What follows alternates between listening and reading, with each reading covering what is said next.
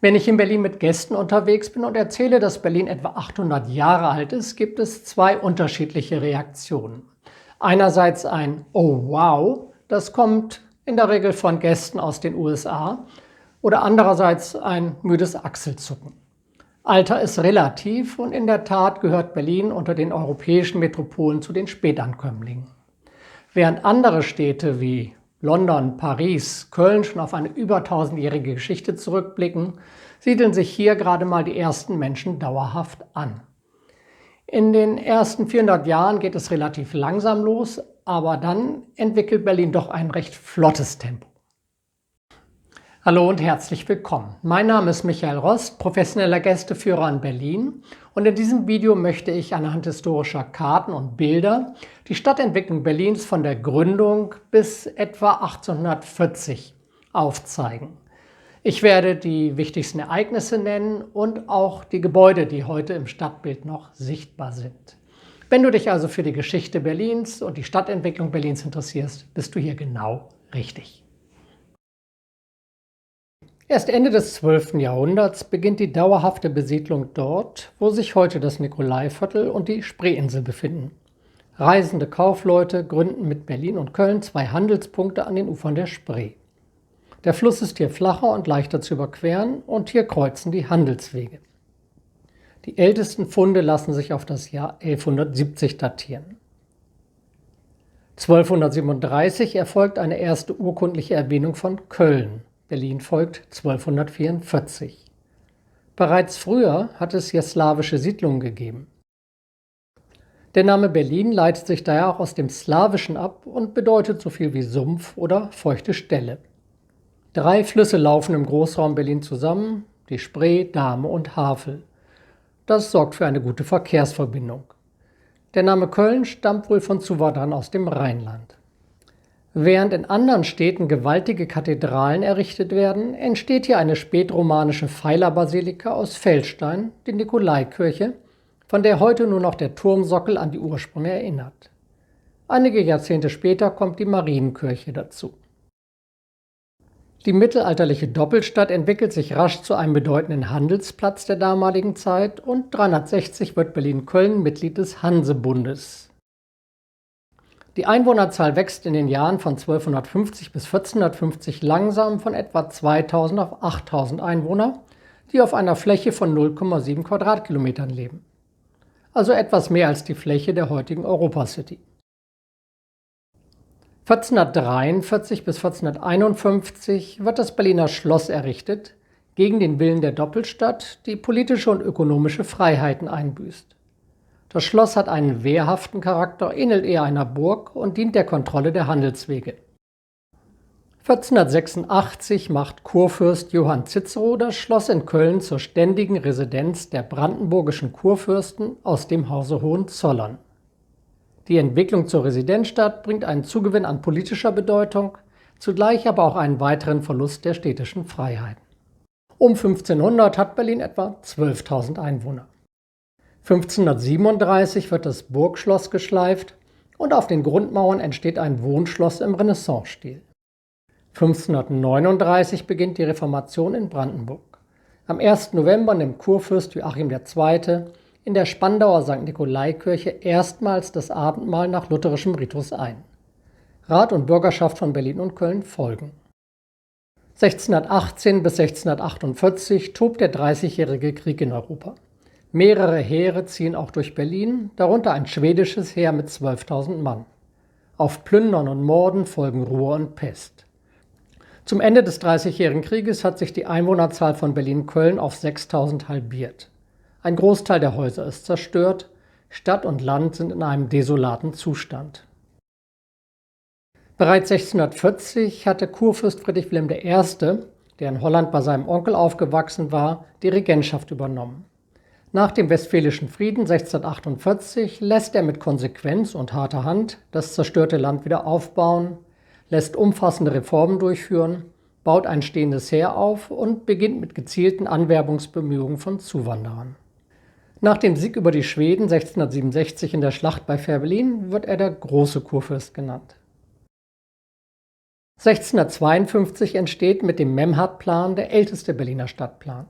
Johann Gregor Memhard, ein Militär, Landschaftsplaner, Bauzeichner und Politiker, während und nach dem Dreißigjährigen Krieg, wird 1650 vom großen Kurfürsten zum Hofbaumeister in Berlin berufen und ist auch für die Planung der Befestigungsanlage um Berlin zuständig. Wenn man sich das auf dem Plan dargestellte Gebiet heute anschaut, kann man nur noch ein paar Fixpunkte erkennen. Die Nikolai- und Marienkirche, das Heilig-Geist-Spital, die Franziskanerkirche, den Bereich des Berliner Schlosses mit dem Lustgarten, der sich noch bis zur Spitze der heutigen Museumsinsel erstreckt. Das historische Muster aus Straßen und Plätzen ist im und nach dem Zweiten Weltkrieg weitgehend ausradiert worden. Zwischen den ältesten Kirchen Berlins herrscht eine Leere, wie man sie an keinem anderen zentralen Ort irgendeiner europäischen Metropole findet. Die Archäologen graben seit einigen Jahren auf dem ältesten Markt Berlins, dem Molkenmarkt, und legen Schicht für Schicht die Ursprünge der Stadt frei. Anschließend wird der Bereich aber wohl modern überbaut werden. Von 1658 bis 1688 wird um Berlin herum nach holländischem Vorbild eine massive Festung in Form eines Sterns mit 13 Bastionen errichtet. Wenn man heute mit der S-Bahn zwischen Museumsinsel und Jannowitzbrücke unterwegs ist, folgt man dem Verlauf der Festungsanlage. Die zwischen Stadtschloss und dem Tiergarten, dem kurfürstlichen Jagdrevier, angelegte Allee, die spätere Straße unter den Linden, liegt außerhalb der Festungsanlage. 1662 wird Friedrichswerder als eigenständige Stadt gegründet, benannt ist sie nach dem großen Kurfürsten Friedrich Wilhelm. 1671 dürfen sich aus Wien vertriebene jüdische Familien in Berlin ansiedeln.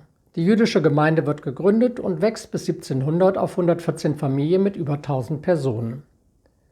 Ein Jahr später erfolgt die Gründung der Hugenottengemeinde zu Berlin mit anfangs 100 Mitgliedern. 1674 wird die Dorotheenstadt als Neustadt gegründet und erhält 1681 ihren Namen nach der Kurfürstin Dorothea. 1685 erlässt Friedrich Wilhelm das Toleranzedikt von Potsdam. 20.000 der in Frankreich wegen ihres Glaubensbekenntnisses verfolgten Hugenotten lassen sich in der Mark Brandenburg nieder, davon 6.000 in Berlin. Damit stellen die Hugenotten fast ein Viertel der Berliner Bevölkerung Ende des 17. Jahrhunderts. Sie bringen handwerkliche Fähigkeiten wie die Seidenmanufaktur und das Spinnereiwesen ebenso mit wie neue Lebensmittel. Die Berliner lernen Spargel, Erdbeeren usw. kennen. Man könnte fast sagen, die Hugenotten zivilisieren Berlin. Wirtschaft, Handel und Kultur erleben einen nachhaltigen Aufschwung.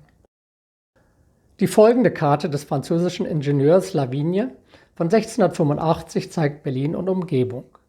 Hier sind schon die Ansätze der späteren Großstadt zu erkennen. Links Charlottenburg, unten die Dörfer Wilmersdorf und Schöneberg, rechts daneben der Kreuzberg, in der Mitte der Tiergarten. 1688 entsteht die Friedrichstadt. Zunächst auf dem Papier als eine moderne Stadt mit schachbrettartigem Grundriss und einem regelmäßigen System von rechtwinklig sich schneidenden Straßen. Kurfürst Friedrich III. Benennt sie nach sich selber. 1691 erhält sie Stadtrecht. Viele Hugenotten siedeln sich hier an und haben einen prägenden Einfluss. 1701 werden hier die Grundsteine für die französische und deutsche Kirche gelegt, die 1705 und 1708 fertiggestellt werden. Am 18. Januar 1701 krönt sich Kurfürst Friedrich III. In Königsberg zum König.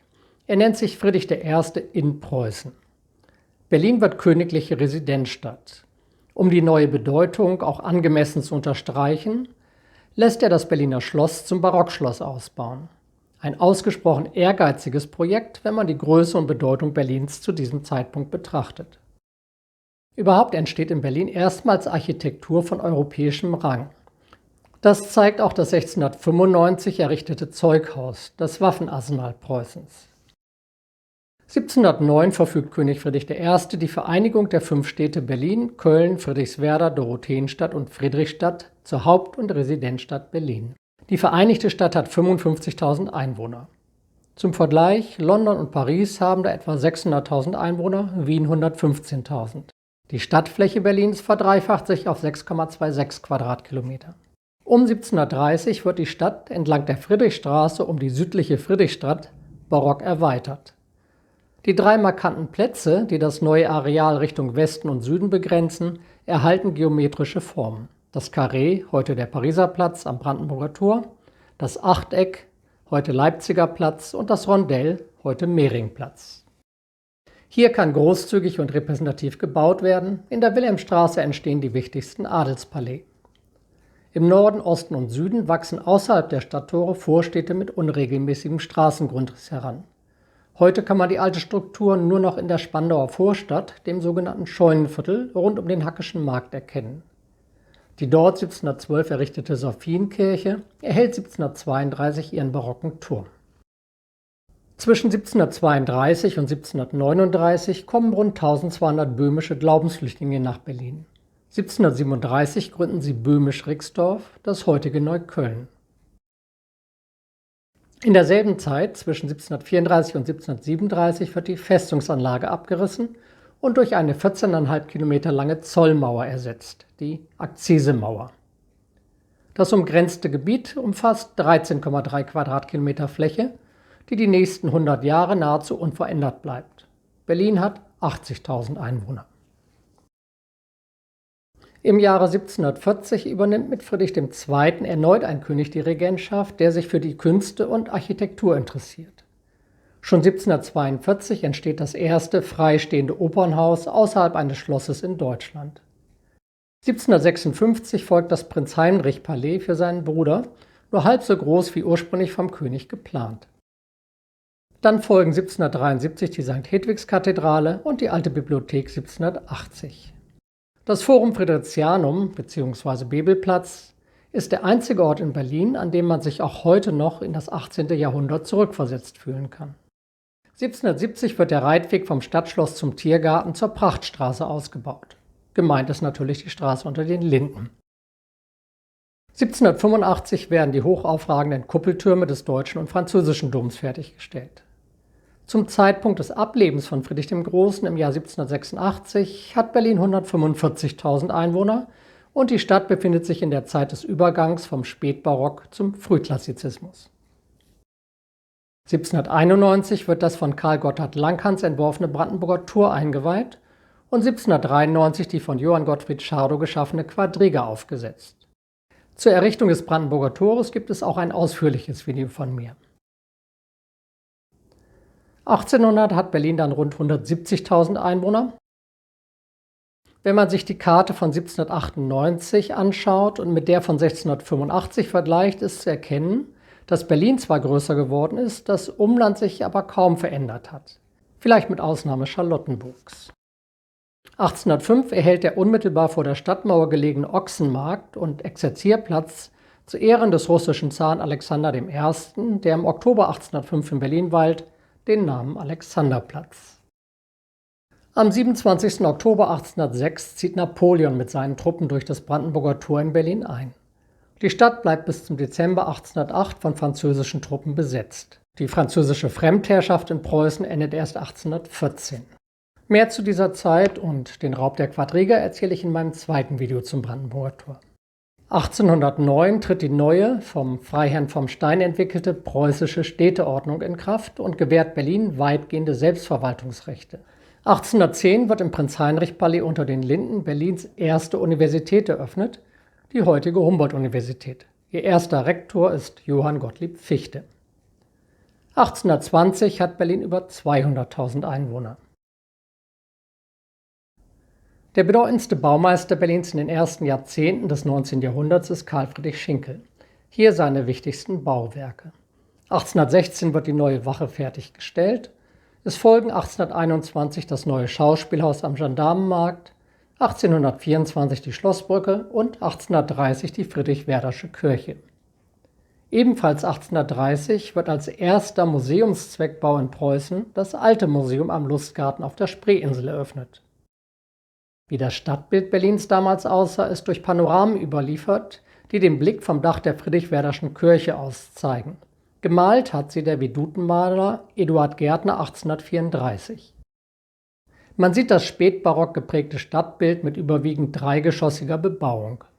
Nur das Schloss und die Kirchtürme ragen heraus. Nach Südwesten erkennt man das neue Schauspielhaus am Gendarmenmarkt, nach Osten das Alte Museum und den von Schinkel umgebauten Alten Dom. Auf einem weiteren Ausschnitt ist das Spätwerk und zugleich modernste Bauwerk von Schinkel gut zu sehen, die Bauakademie. Sie hatte große Auswirkungen auf die Architektur öffentlicher Gebäude in Berlin und Preußen und sogar noch über Europa hinaus. Der Ausspruch „In Berlin kein Winkel ohne Schinkel" verdeutlicht das enorme Arbeitspensum des Architekten, das auch der schnellen Entwicklung Berlins in der Zeit entsprach. Zwischen 1810 und 1840 verdreifachte sich die Zahl der Gebäude in der Stadt.